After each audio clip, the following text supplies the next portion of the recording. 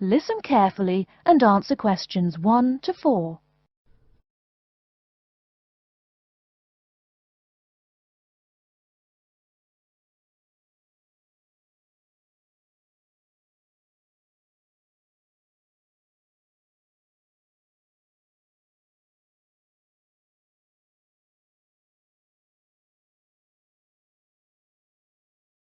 Hello and welcome to Under Pressure Enterprises Customer Service Department. This is Kelly. How may I help you? Yes, I'm calling about one of your rice cookers I just purchased. So, what do you need to know? I just need to ask you the model number of the cooker. It's R242. And how much did you pay for the product? £89.99. Now, where did you buy the cooker? Which store and which branch? At that big electric life appliance store downtown. The city centre branch? That's the one. And you say the problem is that the steam escapes? Yes, it does. No problem, sir. If there's steam escaping, clearly the cooker is broken or defective. Before you hear the rest of the conversation, you have some time to look at questions 5 to 10. Now, what's your name and address? My name is Herbert Hewitt, and my address is 84 Park Road. Is that here in Coventry? Yes, the postal code is B0241DJ. But I don't think sending things in the mail is very secure or very efficient. I mean... Don't worry, Mr. Hewitt, don't worry. We can credit the money to your credit card. You do have one, don't you? Yes, that's how we paid for the cooker. Oh, yes. We still have the number on the computer. I only need to ask your card's expiry date. That will be April 2008. April 2008. Very well. Your card still has nearly 2 months left to go. We'll get that refund right to you, probably by 5 o'clock this evening. And, sir, just one more question for our records. How often do you go shopping at the city centre branch? Oh, well, it's hard to say. I suppose maybe once a month. That is the end of Section 1. Now turn to Section 2. First, you have some time to look at questions 11 to 15.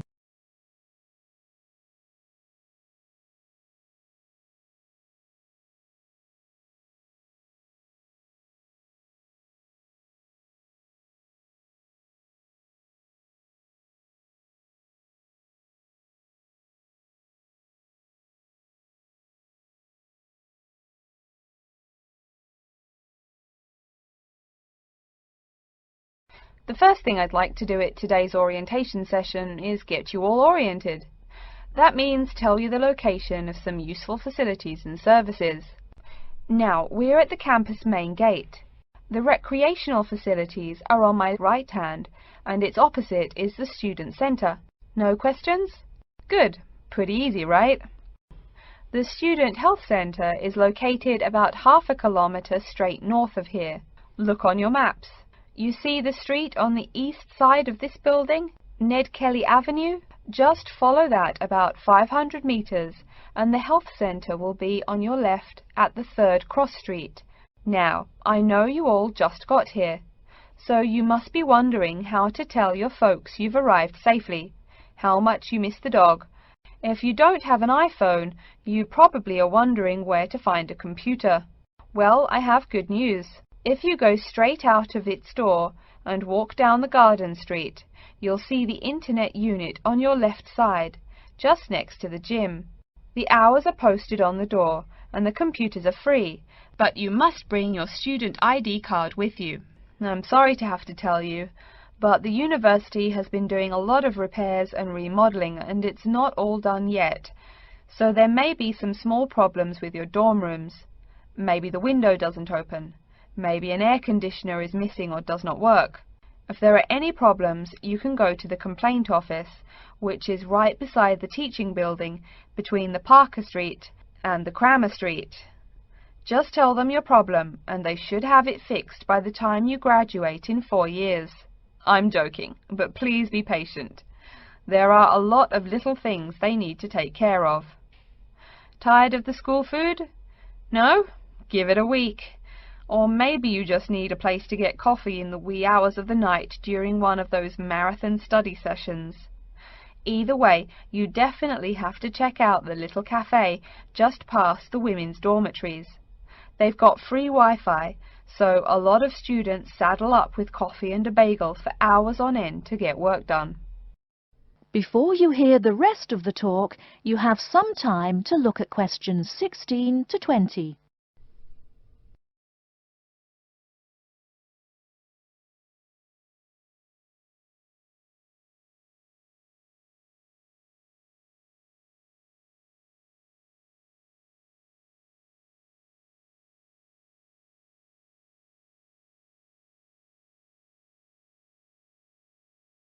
As for the dorm rooms, I have some bad news and some good news. The bad news is the rooms are small and you'll probably be sharing space with at least 3 other students. The good news is that each room has its own bathroom. What's good about sharing a bathroom with 3 strangers? Good question. Okay, call it bad news and worse news. Hey, maybe try this for good news. Each dorm has a kitchen. If you want to make snacks or meals, you can do it there. You can buy food containers at any campus convenience store, so you can store your food in the kitchen. But a word of warning, you should definitely write your name on your food containers. Sad to say, there are food thieves among your fellow students. Speaking of thieves, a word about security. I mean, this is Australia, and we do get drunken bushrangers wandering onto campus. Each of you will be given a key for your dorm room. Don't lose it. You have to pay for any replacement and fill out a bunch of papers too. Red tape, huh? Your key does not work for the front door of your dorm, however. To the right of each door, there's a keypad with numbers. When you move in, they will tell you the code you use to enter the door. Please do not tell the code to people who do not live in the dorm. Let's see, have I forgotten anything? Oh yes, most of you are not rich, correct? So when your clothes get dirty, you can't just throw them away and buy new ones. That means you have to learn to do laundry. Or, men, that means you have to hurry up and get married. If you decide to wash those clothes and not get married, there are laundries in each dorm. Where? Oh, I almost forgot to tell you. The laundry for each dorm is in the basement. Some real good news this time if you're a student, it is free. You do have to buy your own soap, however. The laundry closes, by the by, at 11:30. And now that I've mentioned 11:30, please remember, the dorm doors are locked at 11:30 p.m. Your code will not work. If you want to get in, you'll have to call the night watchman. That is the end of section 2. Now turn to section 3. You have some time to look at questions 21 to 24.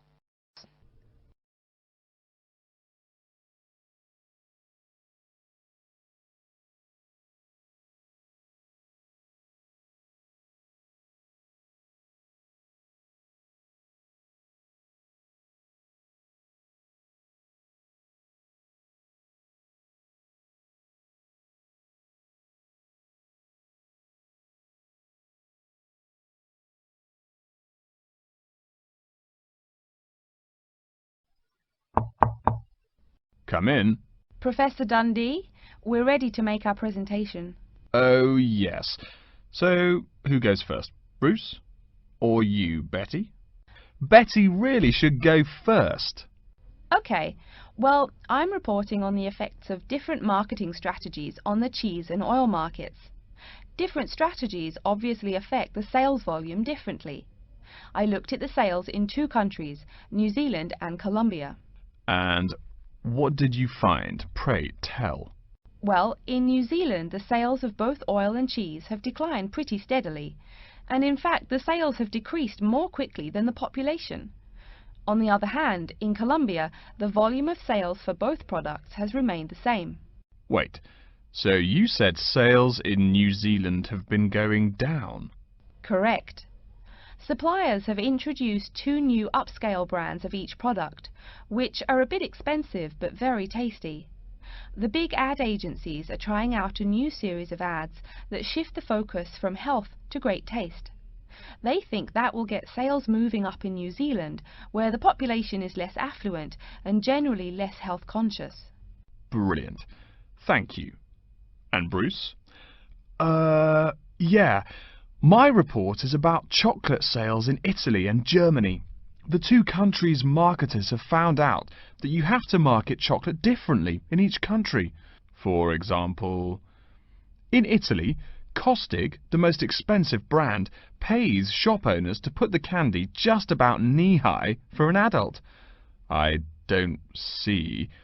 For little kids, that's about eye level. That bright red candy is the first one they see, so they buy it. Even better, they start telling their moms to buy it too. So, you mean... Well, I mean, in Italy, if you locate your product at the right location of shelves, sales do great. They say it doesn't matter much what brand of chocolate you're selling. As for Germany, das Land der Schokolade. Huh? That's German. It means the land of chocolate. Germans love the stuff, so people make a joke and call Germany that. Oh, right. So, you were saying? Well, like you pointed out, Germans love chocolate, but they're thrifty. For a long time, the biggest selling brand was Schmutzig, mostly because it was the second cheapest, but didn't taste too bad. Before you hear the rest of the talk, you have some time to look at questions 25 to 30.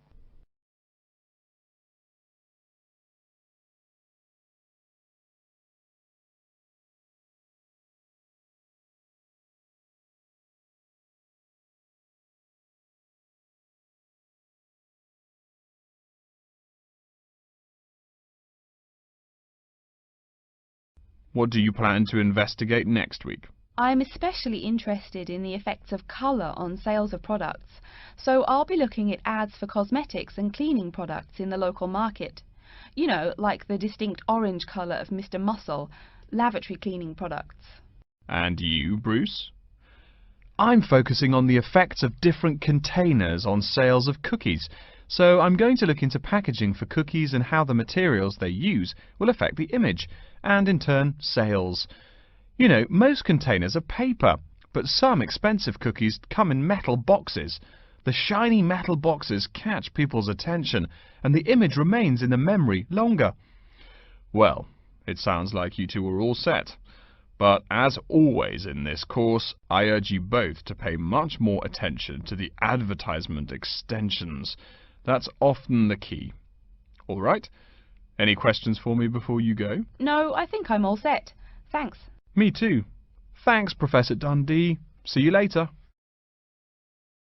That is the end of Section 3. Now turn to Section 4.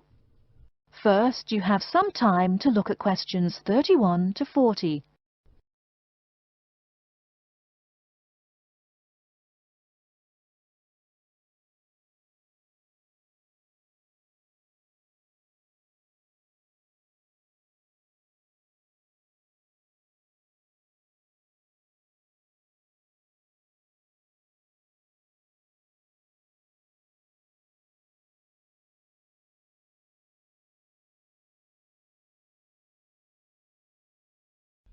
Good afternoon, ladies and gentlemen. I'd like to take this opportunity to welcome you to our exhibition, 2 Centuries of the Bike. Although there were a few early efforts back in the 1700s, you didn't really see many bikes till, say, the 1830s in England. Bikes were a response to the rapid growth of cities early in the 19th century. Cities like London were getting too big to walk across. The early bike let people travel with less effort than walking. Plus, a bike was a lot cheaper than a horse. Think of it. No one invented a bike for, 5,000 years of human history. Why did people do it then? Probably because this was the start of the machine age. People wanted machines to do all the work. There were some drawbacks, however. For one thing, there were no pedals. You simply pushed yourself along using your feet, kind of like today's skateboard. That meant you went fairly slow, and uphill you actually worked harder, pushing that two-wheeler. Plus, the wheels were made of wood covered with metal, as you can see from this model. So the downside was that the ride was quite uncomfortable on most roads. Only a few gadget lovers had or used them.